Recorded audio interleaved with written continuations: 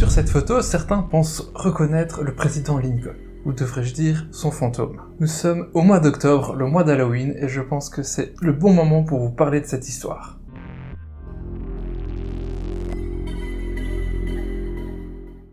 J'étais surpris en faisant quelques recherches qu'il y a beaucoup de légendes autour du fantôme de Lincoln. Mais comment cela se fait, d'où ça vient et quelles sont ces légendes? Comme d'habitude, nous allons en parler à travers des photos historiques. J'en ai choisi deux particulièrement parlantes, mais avant d'en parler, mettons un petit peu de contexte autour de cette histoire. Dans l'histoire des États-Unis, la présidence de Lincoln est très importante. Alors certes, vous savez qu'il a mis un terme à l'esclavage aux États-Unis, mais ce n'est pas tout. Durant son mandat, Lincoln a dû gérer la guerre de sécession, qui a eu lieu de 1861 à 1865. Pendant cette période, les Américains s'entretuèrent, et il n'était pas rare qu'après un seul jour de bataille, des milliers d'Américains soient morts. Alors je vous laisse imaginer l'ambiance au sein de la Maison Blanche quand ce genre de nouvelles tombaient. Mais durant cette sombre période, la famille Lincoln a aussi dû affronter une épreuve difficile. En effet, malheureusement, le fils de Mary Todd et d'Abraham Lincoln est décédé durant la guerre de sécession de maladie, à la Maison Blanche. Et des histoires d'occultisme commencent lors de cette période. Mary Todd fait venir à la Maison Blanche des médiums pour essayer de trouver un petit peu de réconfort et essayer d'obtenir un contact avec son fils disparu. Et cela n'est pas totalement anormal. En effet, le spiritisme devient à la mode aux États-Unis dans la seconde moitié du 19e siècle. Cela suite à l'histoire des sœurs Fox. Lors d'une nuit de 1848, Cathy et Maggie Fox vont reporter avoir des bruits étranges dans leur maison, sans origine apparente. L'affaire va être relayée dans les médias et les sœurs Fox vont commencer à faire des démonstrations publiques de leur séance de spiritisme en faisant bouger les chaises et les tables dans la salle.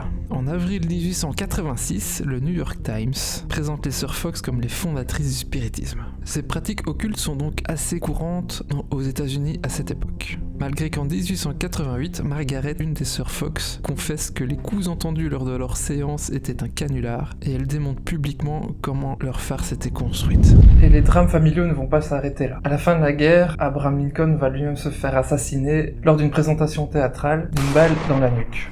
Il va encore plus mettre à mal Mary Todd, qui va se tourner une fois de plus vers des médiums et des charlatans pour essayer de trouver du réconfort. En effet, sur cette première photo, on peut la voir avec son défunt mari en spectre derrière elle. Elle a été chez un photographe du nom de Mumler qui s'était spécialisé dans la superposition de photos pour donner une impression de présence fantomatique. Et tout son business était basé sur le fait de faire venir des gens dans son atelier de photographe pour prendre des photos avec des proches défunts. Il est devenu assez connu pour que l'ancienne première dame américaine désire prendre une photo chez lui, en espérant avoir une photo avec son défunt mari. Et il n'a pas été difficile pour le photographe de trouver une ancienne photo de Lincoln, de la superpositionner avec une photo de Mary Todd qu'il venait de prendre pour donner cet effet. Par la suite, les choses vont se calmer. Certes, un membre du personnel de la Maison Blanche lors de la présidence de Ulysse Grant a déclaré avoir croisé des fantômes dans la Maison Blanche. Plus tard, le couple présidentiel Coolidge va aussi mentionner un sentiment de présence fantomatique, mais les choses sont plutôt calmes.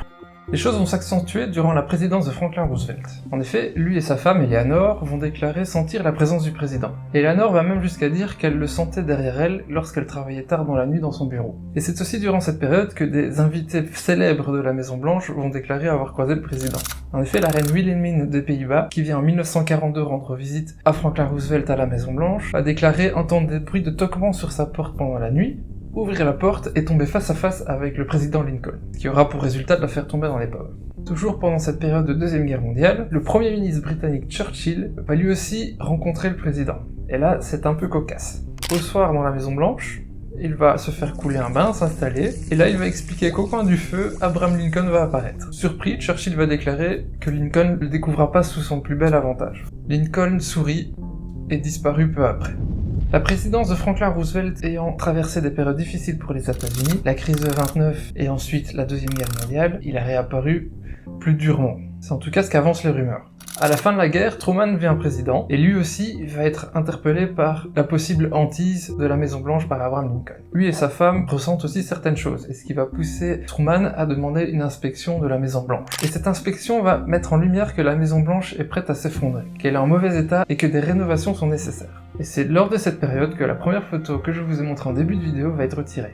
Donc cette photo est prise dans les années 50 lors de la rénovation de la Maison Blanche, où elle est désossée pour être solidifiée, et bien après, dans les années 90, on va remarquer qu'il y a une présence fantomatique. Ce personnage, un petit peu transparent, dénote du contexte général de la photo. Il a des vêtements particuliers, certains y reconnaissent un petit peu les vêtements que portait Lincoln, avec une veste qui tombe assez bas sur les jambes, et il se tient là, en train d'observer la caméra. Ce qui est aussi interpellant, c'est qu'il se trouve là où se trouvait la chambre de Lincoln, sur les plans de la Maison Blanche. Le photographe de l'époque va penser que c'est suite à un effet photo, qu'un temps d'exposition prolongé a fait qu'une personne qui était présente à cet endroit et qui s'est retirée au moment de la photo a donné un effet de transparence, mais difficile de donner plus d'explications, d'autant que les négatifs sont classés secret défense. Alors, je vous vois venir, ils sont pas classés secret défense pour protéger une histoire de fantôme. À mon avis, comme ce sont des photos de la rénovation de la Maison Blanche telle qu'on la connaît aujourd'hui, je ne pense pas que les photos soient classées secret défense pour des raisons de chasse aux fantômes, mais plutôt pour des raisons de sécurité au sein de la Maison Blanche. Plus tard, sous la présidence de Eisenhower et de Johnson, d'autres membres du personnel vont dire avoir entendu ou croisé le fantôme du président. Plus récemment, sous la présidence de Reagan, sa fille va aussi rencontrer des expériences paranormales. Elle va expliquer croiser le fantôme du président Lincoln, mais aussi de son fils. Autre fait interpellant, c'est que le chien de la famille Reagan ne voudra jamais rentrer dans la pièce où se trouvait la chambre du président Lincoln, et va parfois passer son temps à aboyer devant la porte. Dans les mémoires de la femme de Ronald Reagan, celle-ci va expliquer que tout le personnel de la Maison Blanche à cette époque croyait à l'histoire d'Abraham Lincoln, et de son fantôme. Fantôme ou pas fantôme? Faut-il y croire? Selon vos propres croyances, s'il faut y croire ou non, et en tout cas d'un point de vue historique, je trouve ça assez marquant. Ceci rappelle à quel point Lincoln est important dans l'histoire et dans la mythologie américaine. Son histoire était tellement importante, tellement dramatique, qu'il est resté ancré dans les mémoires des personnes et des lieux.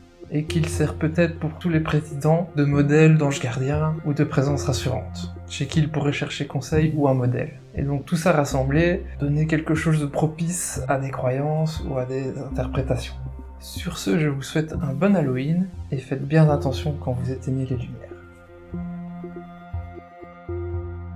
Comme d'habitude, j'espère que cette vidéo vous aura plu. N'hésitez pas à me dire dans les commentaires si vous croyez ou non aux histoires de fantômes. Et si vous voulez me donner un petit coup de pouce, n'hésitez pas à vous abonner à cette chaîne. Ça me donne vraiment beaucoup d'énergie et beaucoup de motivation pour continuer. Et merci à tous ceux qui se sont déjà abonnés. Je vous dis à bientôt. Ciao!